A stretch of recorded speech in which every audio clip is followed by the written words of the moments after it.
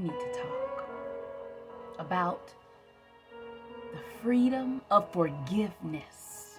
The freedom of forgiveness on this Father's Day and Juneteenth. Last week, I was writing in my journal, and I wrote the words that Nelson Mandela stated as he was leaving prison after being unjustly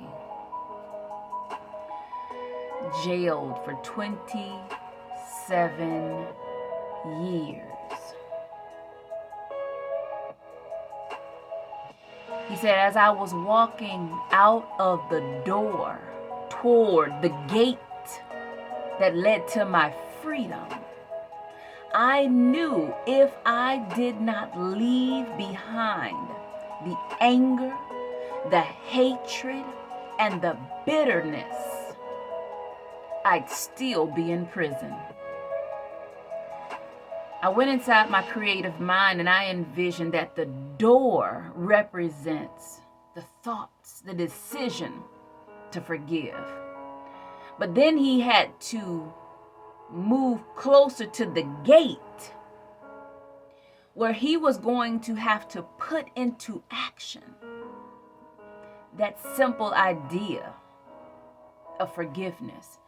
Because anybody can forgive with the lip, but it's not until we convert it into service and we act it out that it becomes solidified.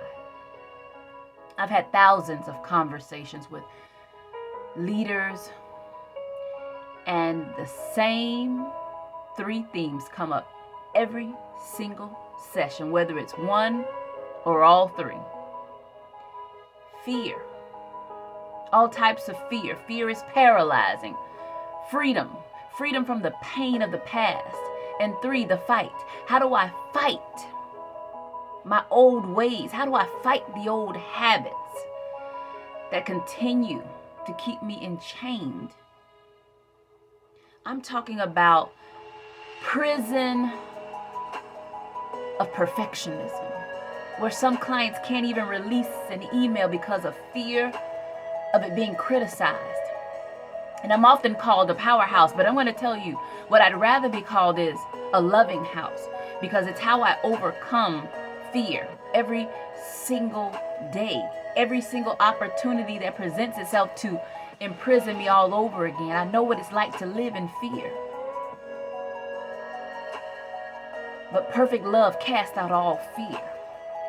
And I often take my clients through the 3-letter of healing exercise, because you've got to do the inner work. 1, you write that first letter, get everything out of you, all of the pain, all of the hurt, all of the offenses, and you just set it free.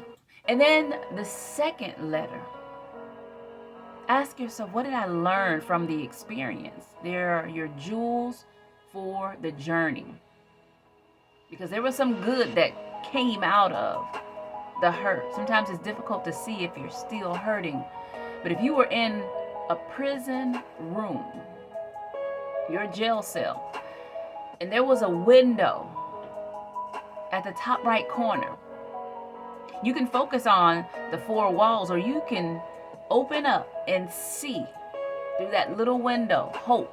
See the beauty of the little bird that comes and sits on the windowsill. It's all a matter of perspective. And in the 3rd letter, you write from the future. This is the narrative practice. You get to change the narrative. You get to change the story, and that it now works into your benefit, for your favor. How do you convert that pain into power? How do you convert that pain into purpose? It's by empowering others.